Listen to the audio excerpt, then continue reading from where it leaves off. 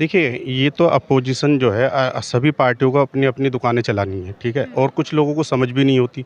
अगर इसको पढ़ेंगे, समझेंगे, तब वो समझ पाएँगे इस बिल से क्या फ़ायदा है, क्या नुकसान है। ये गरीबों का हक मार करके और जिनके मुंह से निवाला छीना जा रहा है, वो मौलाना लोग, कटमुल्ला, कट्टरपंथी लोग इसका विरोध कर रहे हैं। पढ़े लिखे हैं, एजुकेटेड लोग हैं कि ये बिल जो है, वह बिल जो है मुसलमान के समर्थन में, जिन्हें ज्ञान है।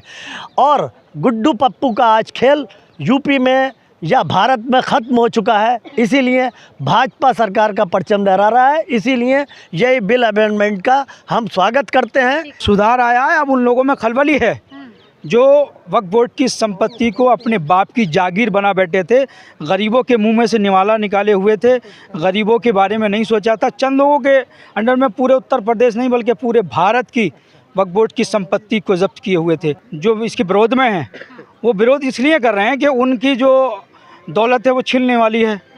तो इसी वजह से कुछ लोगों को वर्गलाया जा रहा है। भू माफियाओं और लैंड माफियाओं ने वक्फ की ज़मीनें अपहरण कर ली थी या किडनैप करके उस पर जो है मॉल्स और शादी हाल बना दिए थे। अब उनको उन हाल को बिल्डोसर चलने का डर है। देखिए, जो वक्फ बोर्ड था, वो गरीब, मिस्कीन मुसलमानों के लिए बनाया गया था। लेकिन उस पे क्या हुआ, उस पे जो अमीर लोग थे या जो दबंग किस्म के लोग थे, वो कब्ज़ा करके बैठ गए। जबकि इस वक्फ बोर्ड की जो संपत्ति है या उसका जो पैसा होता है, वो जो गरीब, मिस्कीन मुस्लिम परिवार से होते हैं, उनके लिए होता है। तो इससे अमेंडमेंट से गरीब लोगों को फ़ायदा होगा, गरीब मुस्लिम परिवारों को फ़ायदा होगा, और जो इस पे कब्ज़ा किए बैठे हैं, उनसे ये संपत्ति ली जाएगी। देखिए, ये तो अपोज़िशन जो है सभी पार्टियों को अपनी-अपनी दुकानें चलानी है, ठीक है? और कुछ लोगों को समझ भी नहीं होती। अगर इसको पढ़ेंगे, समझेंगे, तब वो समझ पाएँगे इस बिल से क्या फ़ायदा है, क्या नुकसान है। मैं नदीम इकबाल जी। और ये वक्फ कानून को हम स्वीकार करते हैं। हम मुसलमान, मैं बरेली से हूँ, आला हज़रत मसलक से। और जो लोग विरोध करते हैं वो देश के दुश्मन हैं। ये गरीबों का हक मार करके और जिनके मुंह से निवाला छीना जा रहा है, वो मौलाना लोग, कटमुल्ला, कट्टरपंथी लोग इसका विरोध कर रहे हैं। और ये गरीब लोगों को, जो गरीब लोगों के लिए हमारे बाप दादाओं ने, पुरखों ने, पीर वलियों ने जो प्रॉपर्टी वक्फ की थी, उसका हिस्सा गरीब तक नहीं पहुंच पाया। इसीलिए ये वक्फ बिल का बदलाव किया गया है। और उम्मीद है कि हमारे गरीब भाइयों को, जो तलाकशुदा महिलाएं बैठी हैं, जिनको गरीबों का हक, मदरसों में बच्चे पढ़ रहे थे, उनको गरीबी का हक मिलेगा और वो लोग खुशहाल होंगे, हमारे गरीब तबके के। और ये वक्फ बिल जो है हमारे पसमानदा समाज के हिंदू, मुस्लिम, सिख, ईसाई सब लोगों को शामिल करा जाएगा। इसीलिए ये वक्फ बोर्ड का मैं समर्थन करता हूँ और स्वीकार करता हूँ, और बरेली की जनता स्वीकार करती है। नरेंद्र भाई मोदी जी ने आज जो महिलाओं को 3 तलाक का मसला हो या वक्फ बोर्ड का हो, जाने की जो अनुमति दी है, और महिलाओं के साथ आज योगी मोदी सरकार खड़ी हुई है। ये महिलाओं को आगे बढ़ाने की बात है। जो हमारे लोग विरोध करते थे, बच्चों को, लड़कियों को ना पढ़ाते थे, कहते पढ़ने के लिए मत जाओ, स्कूल में मत जाओ, आज हमारी मुस्लिम महिलाओं को सब्सिडी, छात्रवृत्ति मिल रही है और हमारी मुस्लिम माँ बहनें पढ़ रही हैं। इसीलिए 3 तलाक का कानून, कोई देश में गया और वो विदेश में गया शादी करके और उसने वहाँ पे दूसरी सेटिंग कर ली जा कर के, और जिसने माँ बाप ने अपनी ज़िंदगी भर की कमाई अपनी बेटी को जान जहेज़ में दी, और वहाँ से उसने जा कर के कह दिया तलाक, तलाक, तलाक, और वो बेचारी मारे मेरे फिर रही है भूख के लिए, प्यास के लिए। उसे रोज़ी रोटी का कोई भी साधन नहीं था इस समाज में। इसीलिए हमारी 3 तलाक पे जो FIR करी है, लोग डर रहे हैं मोदी जी से। इसीलिए 3 तलाक के देखिए कितने हाथ से कम हुए हैं। मार तमाम कोर्टों में जो लाइन लगी हुई थी, उसको भी वो उसमें भी कमी आई है। लोग 3 तलाक देखने से डर रहे हैं, और ये महिलाओं के हक़ में सख्त कानून है। यह स्वतंत्र भारत है। यहाँ जनता का काम, कुछ जनता का शैतान लोग लोगों को बहकाते हैं, और जो बहकाने का काम कर रहे हैं वही इस बिल का, जो पढ़े लिखे हैं, एजुकेटेड लोग हैं, कि ये बिल जो है, वह बिल जो है मुसलमान के समर्थन में, जिन्हें ज्ञान है। और गुड्डू पप्पू का आज खेल यूपी में या भारत में ख़त्म हो चुका है। इसीलिए भाजपा सरकार का परचम लहरा रहा है। इसीलिए यही बिल अमेंडमेंट का हम स्वागत करते हैं। इसीलिए जय हिंद, जय भारत, जय भीम, जय हिंदुस्तान, भारत माता की जय। अस्सलाम वालेकुम। वफ़ का मतलब ये है कि जैसे कि हमने कोई भी चीज़ अल्लाह के नाम पे दे दी दान, ठीक, अब उस पे जो है उसकी कमाई, इनकम, पैदावारी जो भी कुछ होती है वो गरीबों तक पहुंचनी चाहिए, ठीक है। अगर ये सरकार इस चीज़ पे ध्यान रख करके अगर इस काम को कर रही है कि जैसे कि गरीबों का जो हक है वो गरीबों तक पहुंचना चाहिए, तो बेहतर है और अच्छा है। अगर इसके अंदर कोई भी गड़बड़, अगर कोई नीयत ख़राब है, जैसे कि कुछ भी XYZ, तो फिर ये गलत है। अगर ये गरीबों के लिए ही है तो अच्छा है और अच्छा है, अगर ये इसके अलावा कुछ और है तो फिर ये गलत है और गलत है। बदलाव किए गए हैं, ये बहुत अच्छा हुआ है। और जब तक अब तक जो गरीबों को, शोषितों को, वंचितों को अब तक हक नहीं मिल पाया था, इस वक्फ बोर्ड का जो बिल की चेंजिंग हुई है, इसे होने के बाद में अब उस निचले तबके तक जो मुस्लिम कम्युनिटी के लोग हैं उन्हें उनका हक और अधिकार मिलेगा।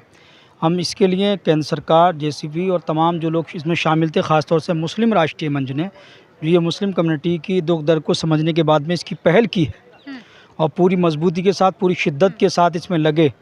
आदरणीय हमारे जो इंदिरा जी हैं, उन्हीं की क़यादत में जो मुस्लिम तबका बहुत बड़ी तादाद में भारत का इसमें लगा और इस चीज़ को पाए तकमील तक पहुंचाया। इससे पूरा देशभक्त मुसलमान पूरा खुश है और ख़ास तौर से जो पसमानदा मुस्लिम कम्युनिटी है वो बहुत इससे जो है खुश है। प्रधानमंत्री जी प्रथम बार जब प्रधानमंत्री देश के बने, उस वक्त उन्होंने ये सौगंध और कसम खाई थी कि हम सबका साथ, सबका विकास और सबके विश्वास को लेकर के हम जो भी कार्य करेंगे सर्व समाज के लिए करेंगे, सबके हितों के लिए करेंगे। तो ऐसे अनेकों कार्यकारिणी काम किए हैं, योजनाएं आई हैं, किसी के साथ कोई भेदभाव नहीं है, किसी के साथ कोई भी दूसरा व्यवहार नहीं किया गया। ये तो लोगों की सोच आपको लगता है कि ये जो बिल में सुधार किए गए हैं कहीं ना कहीं जनता के लिए अच्छा, आम जनता के लिए भी है, ख़ास तौर से जो मुस्लिम पसमानदा पिछड़ा समाज है, जो अब तक, अरे वक्फ बोर्ड क्या चीज़ है, अल्लाह की राह में जो गरीब मुसलमान हैं, जो निचले तबके का मुसलमान है, उनकी तरक्की के लिए, शिक्षा की, उनकी आर्थिक, ज़मीनी, सामाजिक तरक्कियों के लिए वक्फ बोर्ड को बनाया गया और उसको बनाने के साथ साथ में उन्हीं गरीबों के लिए उसको जो है इशू कर दिया गया। अब इसमें जो चंद लोग इस मिल्कियत को दबाए हुए बैठे थे, ख़ास तौर से मैं डिस्ट्रिक्ट मुरादाबाद से आता हूँ और मैं मंच का एक डिस्ट्रिक्ट का संयोजक भी हूँ।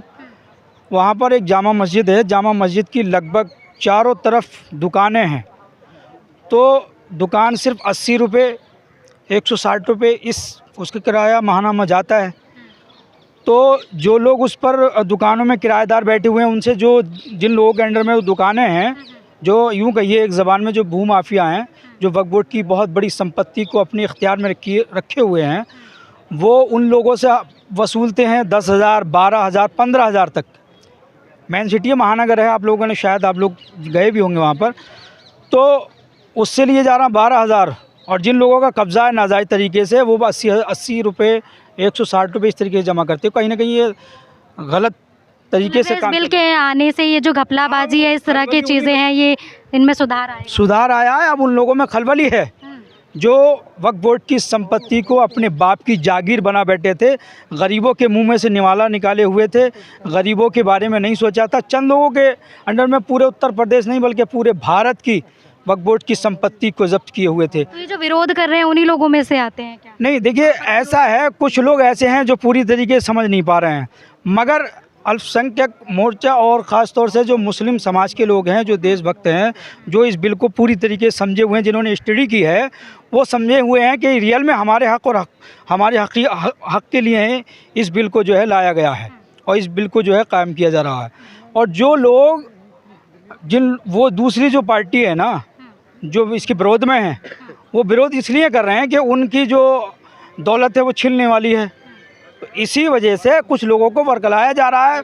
मेरी नज़र में पूरे भारत में अगर सही तरीके से मैसेज तो पहुंच चुका है और जो सही लोग हैं वो पूरी तरीके से एक्सेप्ट भी किए हैं इस चीज़ को, और जो लोग अभी उन तक पूरी तरीके से मैसेज नहीं पहुंच पा रहा है तो उनको बताया जा रहा है कि वक्फ बोर्ड का मामला इस तरीके नहीं, ऐसे नहीं, ऐसे है। इसमें जो भी चेंजिंग की गई है वो हमारे हक अधिकार के लिए गई है।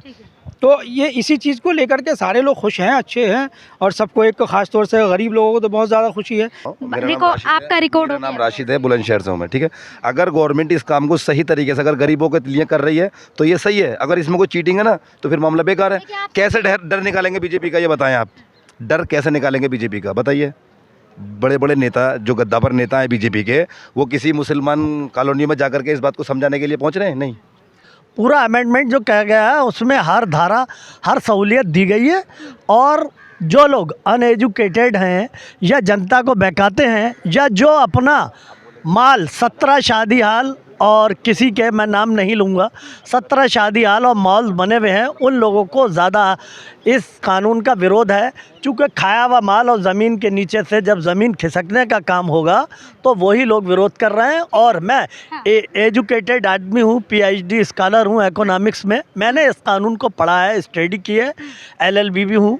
इसीलिए ये मुसलमान के पक्ष में कानून है, मुसलमानों को राहत मिलेगी, ख़ास तौर से हमारी माँ बहनों को और पसमानदा समाज के लोग जो इसमें शामिल कर रहे हैं गरीबी की, जिनको भू माफियाओं और लैंड माफियाओं ने वफ़ की ज़मीनें अपहरण कर ली थी या किडनैप करके उस पर जो है मॉल्स और शादी हाल बना दिए थे। अब उनको उन हाल को बिल्डोसर चलने का डर है, चूँकि योगी बाबा हमारे बिल्डोसर बाबा के नाम से मशहूर हैं, इसीलिए वो इस कानून का विरोध कर रहे हैं।